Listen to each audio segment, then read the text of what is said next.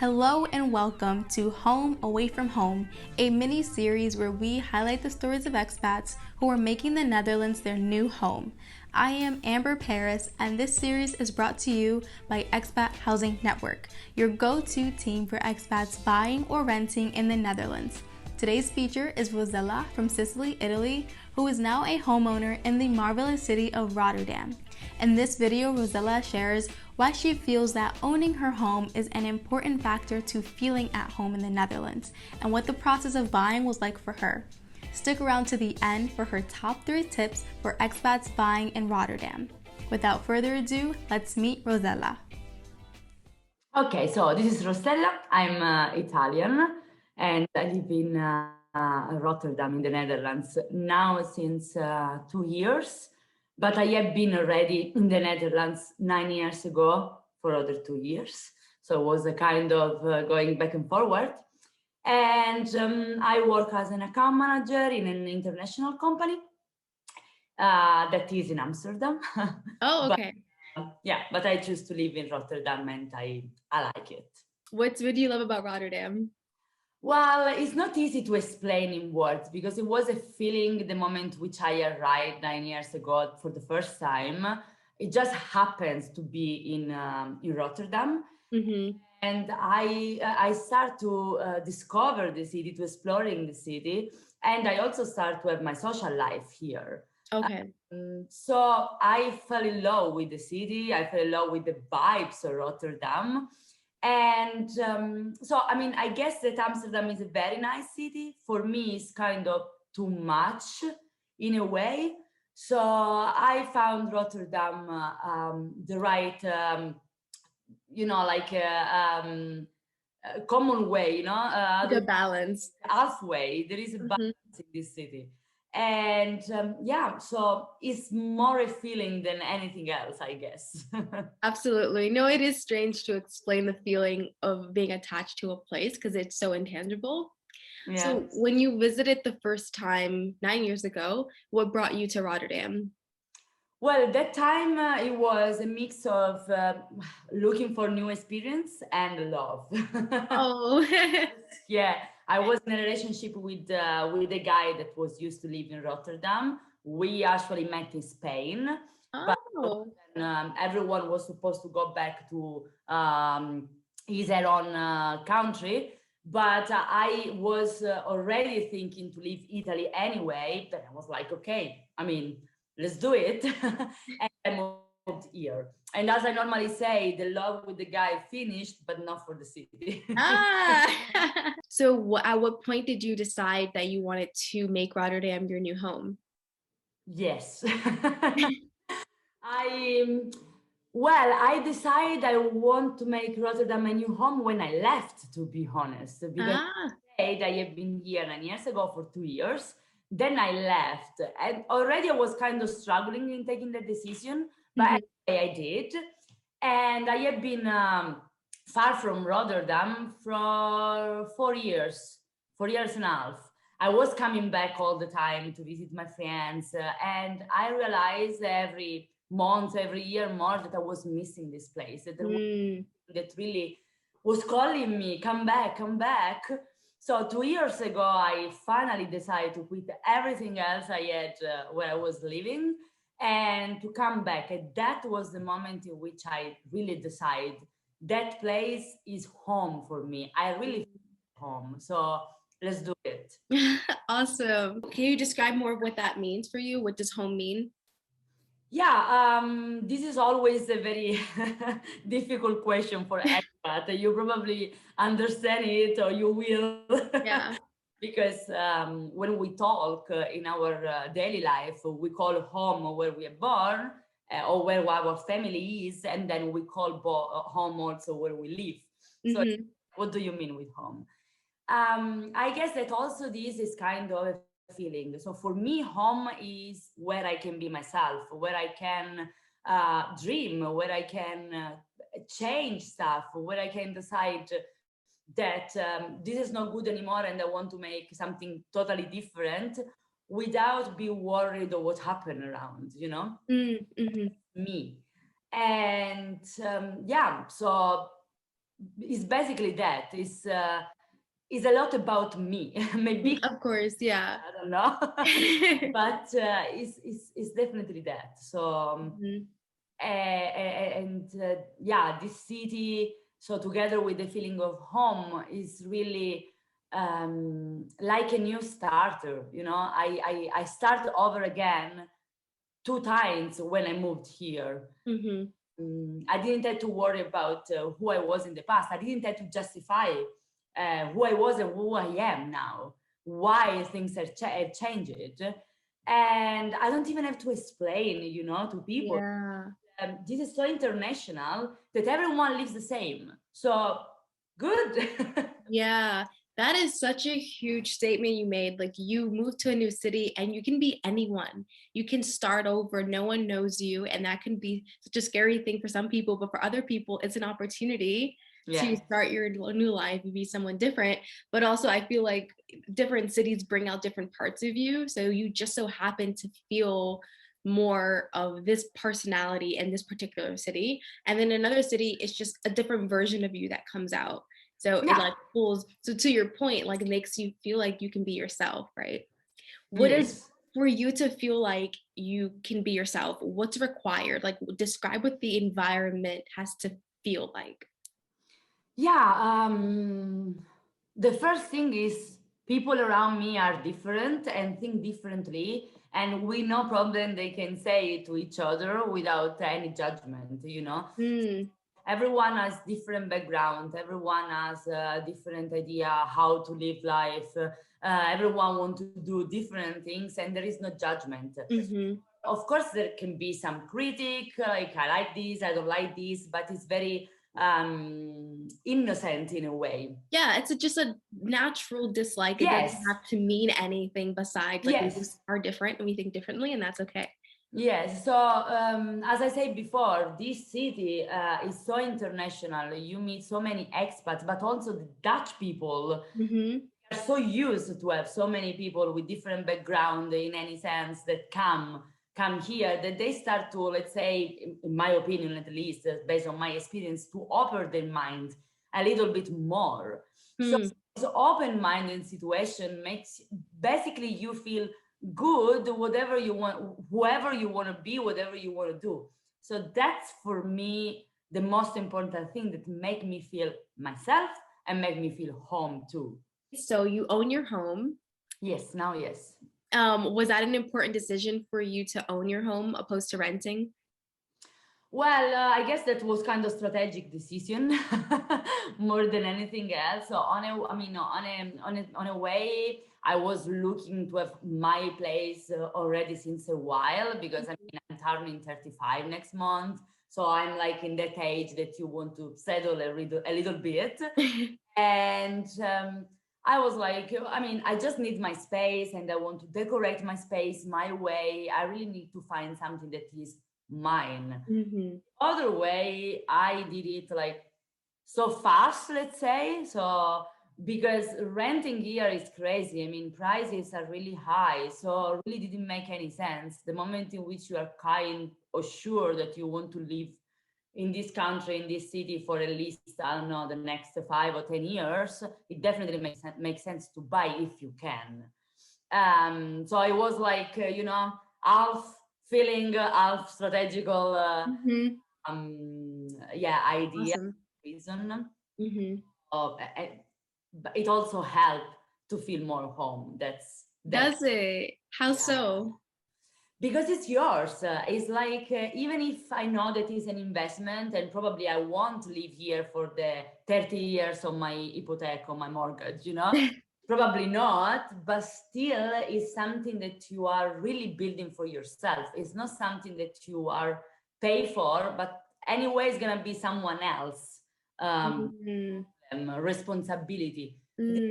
My responsibility. So I still see it as a commitment with the country or the city where I live. And sometimes you just wake up in the morning, you look around, and you are like, this is all mine. This is all mine. I want to change this and that. I'm going to do that. It's amazing. Wow. When you own your home, you can literally recreate the space to fit your needs. And Yes. the dreamer, that's important. Hello. Like putting up anything else. Yeah. That's awesome. Yeah. And about the reconstructing the apartments or the houses, yes, it's true. They do that a lot. I guess it's a very Dutch thing. Here you had, I guess in Amsterdam too, but here you had to be careful with the building because it depends from when the building was constructed, was built. Sometimes you cannot do everything, or at least you have to ask permission. For example, in Rotterdam, since there are not a lot of old building, because of the bombing, those old building you really have to ask for permission, and people coming and tell you basically what you can do and what you can't. Preserve the old stuff of the city. They are still here. Yeah. So this is your first time owning a home? Yes. Okay, awesome. How did you feel going into that for the first time? Exciting, but at the same time was kind of a deck. You really have to present a lot of documents. You really have to go through a lot of procedures that are weird. I mean, and are difficult, and also are in Dutch. So people, like in my situation, for example, everything was in Dutch, and people were explaining me things in English, but they are both not my native language. Those things are very, very difficult that even in Italian I probably will not understand. Right. So you're going through double barriers, like understanding like housing market jargon and then understanding two different languages. But the only one thing that they do in Italian, and this is for the law, is at the notary. And the notary, you must have a translator. Of course, language. So because the notary does everything in Dutch and the translator basically repeat. So even if you are native English speaker, you will get a translator anyway because the notary does it in Dutch. This is just for the law. And that, was kind of, okay, this is the important day. I signed for 30 years, so at least I can hear something in my language. Of course, yeah, because it's not just the word translation. It's like the conceptual meaning that like you can't just translate directly. Wow, how did you get through that? How did you manage? Well, the research at the apartment I did myself because I just I didn't want to basically pay someone to look for apartment that then I can look at and again, because I'm a dreamer, right? So for me, it's a lot about feelings. So I did it myself, just on Funda. There are these kind of websites where you find basically everything. Taking the appointments and go there. The headache in these cases starts because houses, apartments are gone like that. So you see it, tomorrow it's gone. And also, if you want to make an offer, you have to make an offer and you have to bid. So the price is always high that you have to offer, and nobody will really explain to you how high. So how you made this calculation, 2, 3, 5, 10%. Tell you that the price has to be between 10 and 15% higher, but this is a lot of money also because apartments are not cheap here. So you're really struggling with that and you have to keep on trying, and you learn by experience basically. Then when I found the apartment, I made my offer and the offer was accepted. I got the support of this mortgage advisor. So they went through all the procedure for me, or with reports that have to be made for the value of the apartment, research at the bank to ask for the mortgage, all these kind of documents. So they were dealing with that. Money I spent ever. She said, here's the money, you go do it. I'll think about how it's going to look later. So from that experience, what's a word of advice you would provide to another expat who wanting to buy a house in the Netherlands? First of all, you have to be sure what you want. And also, so the most important thing is to know what you want. Is that this is the dream, and that what you are ready to give up on, because it's gonna happen. You have to compromise, unless you are not rich. that is a different. You can have everything, okay? Like Yes. in my case, for example, I was like, okay, I want 2 bedrooms and a balcony. When I realized that having 2 bedroom and a balcony was kind of too much for the price, I was like, okay, I had to be ready to, don't have one of these things. What is the most important thing for me? Okay, the balcony. I want a way out, So I decided, but I decided very, very faster, because I already knew that for me, having a balcony, for example, is something very, very important. So then this is my advice. If you want to buy, also rent, but of course buy is more important in this sense, is have clear what you want, have clear what is the market, and have clear what are the money that you can loan from the bank. You can have like the conversation with the bank easily, so that's not difficult. With this in mind, I guess in a couple of months you really find what you want, because your research is clear. So you are looking for one specific, and you can focus on that. If you are not sure, you will be here. You're going to be everywhere. Exactly. Yeah, that's like going to the supermarket without a list of what you're buying, and you're just walking around the supermarket like, ah. Yes. Yeah. And at the end, you come back home only with chips and cola. You got nothing you needed, and you spent more money than you expected. No, seriously. Yes. So what you're saying essentially is, one, know what you want, and then know what your options are. And then being able to merge those two together. Okay, yes, that's great. Definitely, awesome. Yes. What would your advice be for a first-time home buyer who is making a bid? Like, how did you feel? How was your where did you find the confidence to make your bid? Well, okay, it also depends who you are and what's your job. I work in sales, so I'm kind of used to negotiate. You're savvy in that aspect. Yeah. Negotiating is kind of based on my life that all day, so that's normal. But in another hand, again, feelings. So I came here, I knew the price that was the asking price. I was okay, this is the asking price. I had a look around, I looked for all the details. I asked for a second visit, and my boyfriend came with me. So I was like, okay, 4 eyes are better than 2. So let's have a look around. He did. Then we talk, and I was like, okay, this is the price. And I know that I had to bid it. So what's my maximum? What I think that this apartment worth?